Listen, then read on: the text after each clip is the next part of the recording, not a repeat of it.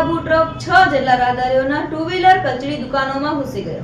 બાબરાથી અમરેલી જતી GJ14AT0801 નંબરની ટ્રકનો driver Chital ગામ નજીક વાહન પરનો કાબુ ગુમાવતા ચિત્તલ જગાત નાકા પાસે ટ્રકનો ભયાનક અકસ્માત સર્જાયો હતો। આ ઘટનામાં 6 જેટલા રાહદારીઓના ટુ વ્હીલ વાહનો ટ્રક નીચે કચડાઈ ગયા હતા તેમજ મુખ્ય માર્ગો પર આવેલી દુકાનોમાં ટ્રક ઘૂસી જતા વેપારીઓને પણ ભારે નુકસાન સહન કરવું પડ્યું। ઘાયલ થયેલ ટ્રક ડ્રાઈવરને તાત્કાલિક સારવાર હેઠળ ખસેડવામાં આવેલ છે।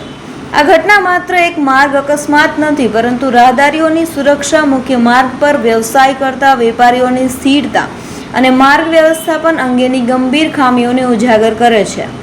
સામાજિક ચિંતાઓને મુદ્દે એ છે કે મુખ્ય માર્ગો પર દુકાનોની અતિશય ભીડ, વાહન વ્યવહારની અનિયમિતતા અને ટ્રાફિક નિયંત્રણના અભાવને કારણે આવી દુર્ઘટનાઓ વારંવાર સર્જાય છે।